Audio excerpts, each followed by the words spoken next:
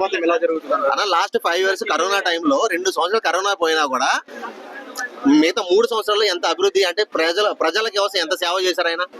అప్పుడు రాలేదే మరి రాజారెడ్డి పాలన, ఇప్పుడు ఎందుకు వస్తుందని మీరు అందరూ అంటే అప్పుడేమో ఏదో ల్యాండ్ యాక్టింగ్ అన్నారు అని చెప్పేసి దీని మీద ఫోకస్ పెట్టి జనాలని తిప్పాలని ప్రైవేట్ చేశారు. ఇప్పుడు రాజారెడ్డి పరిపాలన అంటే జగనన్న రాగానే అప్పుడే రావాలి కదా, అప్పుడు రాజ్యాంగ పరిపాలన ఎందుకు వచ్చింది? ప్రజలకు ఎందుకు అంత ఆదుకున్నాడు, అందుకు అంత సేవ చేశాడు. ఆ ఇంటికి ఫుడ్ రైస్ కానీ మొత్తం రేషన్ కానీ ఇంటికి ఎందుకు పంపించాడు, డ్వాక్రా ఎందుకు ఇంటికి పంపించాడు, ప్రతిదీ లోన్లు కానీ ఇది ఏమైనా సరే ఇంటి దాకా ఎందుకు వచ్చినాయి, ఏం జరగాలన్నా కానీ వాలంటీర్లతో పనులు అయిపోయి ఎందుకు చేశాడు? మరి అప్పుడే చేయొచ్చు కదా. రాజారెడ్డి పాలన ఏ పాలన అయినా మీరు అన్న పాలన అది ఉండదు, ప్రజల పాలనే వస్తుంది ఖచ్చితంగా.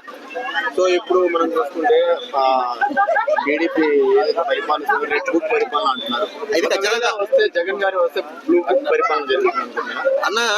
మొన్న జగన్ గారు 2.0 అన్నారు. ఈ విషయంలో నేను ఒక మాట చెప్పాలనుకుంటా. ఎందుకంటే ఇప్పుడు వీళ్ళు టీడీపీ గెలిస్తే రెడ్ బుక్ పరిపాలన అని చెప్పి, జగన్ గెలిస్తే బ్లూ బుక్ పరిపాలన అని చెప్పి మీరు కొట్టుకుని మిమ్మల్ని అన్న వాళ్ళు చెప్పి వాళ్ళని మీరు చెప్పి జైల్లో స్టేషన్ లో పెట్టుకుని మరి జనం పరిస్థితి ఏం కావాలి నాకు తెలియకడుతున్నా. జనం పరిస్థితి ఏం కావాలి? మీరు కొట్టుకుని చేయడానికి ప్రతీకారాలు తీర్చుకోవడానికి మీరు అధికారంలోకి వస్తే మరి జనాల పరిస్థితి ఏం కావాలన్నది నా క్వశ్చన్ అనమాట. సో నేనేమంటున్నా అంటే అలాంటివి అన్ని చేసుకుని మీరు గెలిచారు. సో మళ్ళీ రావాలి, మీరు మళ్ళీ అధికారంలోకి రావాలంటే మీరు ఏం చేయాలి? ఇచ్చిన హామీలు నెరవేర్చుకోవాలి. ఒక్కొక్కడు అంటాడన్నా హామీలు ఎందుకు, నీకు డబ్బులు అవసరమా, నీకు దేనికి డబ్బులు, నీకు హామీలు పథకాలు నీకు దేనికి, నువ్వు కష్టపడి బతకలేవా, నువ్వు కష్టపడి బతకలేవు నన్ను అడిగేవాడికి నేను ఒకటే మాట చెప్తున్నా, ఆ పథకాలు అడ్డు పెట్టుకుని నువ్వు ఎందుకు వచ్చావు? ఏ కష్టపడి బతకండి, నేను మీకు ఇప్పిస్తా నేను ఎందుకు చెప్పాలి? మీరు కష్టపడి బతకండి, నేను రూపాయి ఇవ్వను, నేను ఏం చేయను మీకోసం చెప్పాలి కదా. చెప్పకుండా పథకాలు ఇప్పిస్తా అని పేద ప్రజలకి ఆశ పెట్టి ఈ రోజు వచ్చిన తర్వాత నీకు ఎందుకు ఇవ్వాలి, దేనికి ఇవ్వాలని జనాలు మాట్లాడుతున్నారు కదా కొంతమంది. సో నేను వాళ్ళకి చెప్పేది ఏంటంటే అలాంటప్పుడు అబద్ధాలు చెప్పి మీరు అధికారంలోకి రావడం కూడా మానేసుకోండి, అంతే. ఉన్నట్టు చెప్పి మాట్లాడుకోండి అన్న. నేను ఒక విషయం చెప్పాలి, నేను పవన్ అంటే పడిచేస్తా, జగన్ అంటే ప్రాణం ఇస్తా, పక్కా పవన్ కళ్యాణ్ ఫ్యాన్ నేను. కానీ నేను చెప్పేది ఏంటంటే పవన్ అన్న మన సీజ్ ద షిప్ అన్నాడు, ఏదో అన్యాయం జరుగుతుంది సీజ్ ద షిప్ అన్నాడు. షిప్ ఆగిందా మరి ఇంకేంది? సో ఇక్కడ పవన్ అన్న ఏం చెప్పినా గానీ పని జరగదు. పైన మన చంద్రబాబు తాత ఓకే చేస్తే గానీ ఇక్కడ వర్కౌట్ అవ్వదు. సో అలాంటిదప్పుడు మనం సొంతంగా రావాలి. నెక్స్ట్ టైం జనసేన సొంతంగా నిలబడాలి, ఓన్ గా సోలోగా నిలబడి గెలిచి అప్పుడు నువ్వు ఏదనుకున్నావు వచ్చి. పవన్ అన్న ఖచ్చితంగా పేదలకు హెల్ప్ చేస్తాడు, అది ఇప్పటి నుంచి కాదు, రాజకీయాల్లోకి రాకముందు నుంచి కూడా. కష్టం అన్నవాడికి 1,00,000-2,00,000 ఇచ్చిన వాడే. ఖచ్చితంగా పవన్ అన్న హెల్ప్ చేసే మనిషే. కానీ హెల్ప్ చేయడానికి మెయిన్ రీజన్ చేయనివ్వకపోవడానికి కారణం టీడీపీ, చంద్రబాబు నాయుడు. ఈయన హెల్ప్ చేసి ఈయన డెవలప్ అయితే రేపు అన్న రోజు నన్ను వదిలేసి ఈయన వెళ్ళిపోతే గెలిచేస్తాడేమో, నా జీవితం ఏమవ్వాలి, నా కొడుకు లోకేష్ నేను ముఖ్యమంత్రిని చేసి చచ్చిపోవాలని చూస్తున్నాడు.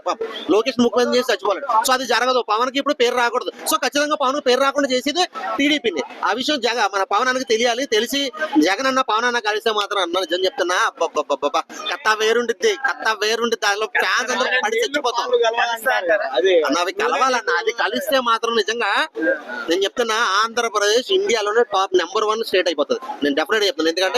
ఎందుకంటే ఇద్దరికి కూడా మంచి మనుషులు ఇద్దరు. పవన్ కళ్యాణ్ గారు వెళ్ళారు కదా, అదే అన్న నేను బాధపడేది ఏంటంటే అక్కడ అదే వచ్చింది. ఇప్పుడు లోకేష్ పవన్ కళ్యాణ్ తిట్టాడు, అమ్మని తిట్టాడు. సో తిట్టిన పార్టీలోకి వెళ్ళారు. కానీ జగన్ గారు ఇప్పుడు తిట్లా, ఇంట్లో వాళ్ళు ఎప్పుడు అనలేదు.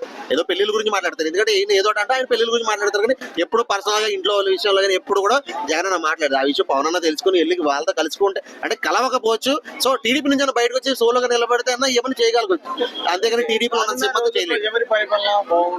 రానున్న రోజుల్లో ఖచ్చితంగా జగన్ గెలిచాడు, అందులో డౌట్ లేదు. ఎందుకంటే మీ మీడియా ప్రకారంగా పబ్లిసిటీ అనేది పవన్ కళ్యాణ్ కి టీడీపీకి ఎక్కువ ఉండొచ్చు, కానీ ప్రజల్లో ప్రతి ఒక్కరికి గుండెల్లో ఉన్నది మాత్రం జగనే. అది మీరు ఖచ్చితంగా చూడండి. ఈ వీడియోకి ఎన్ని లైక్లు వస్తే మీరే చూడండి. ఎందుకంటే ఇది జగన్ సపోర్ట్ గా మాట్లాడింది కదా. ఈ వీడియో లైక్లు బట్టి మీకు అర్థమవుతుంది. అది కామెంట్స్ కూడా అట్లానే ఉంటాయి చూడండి.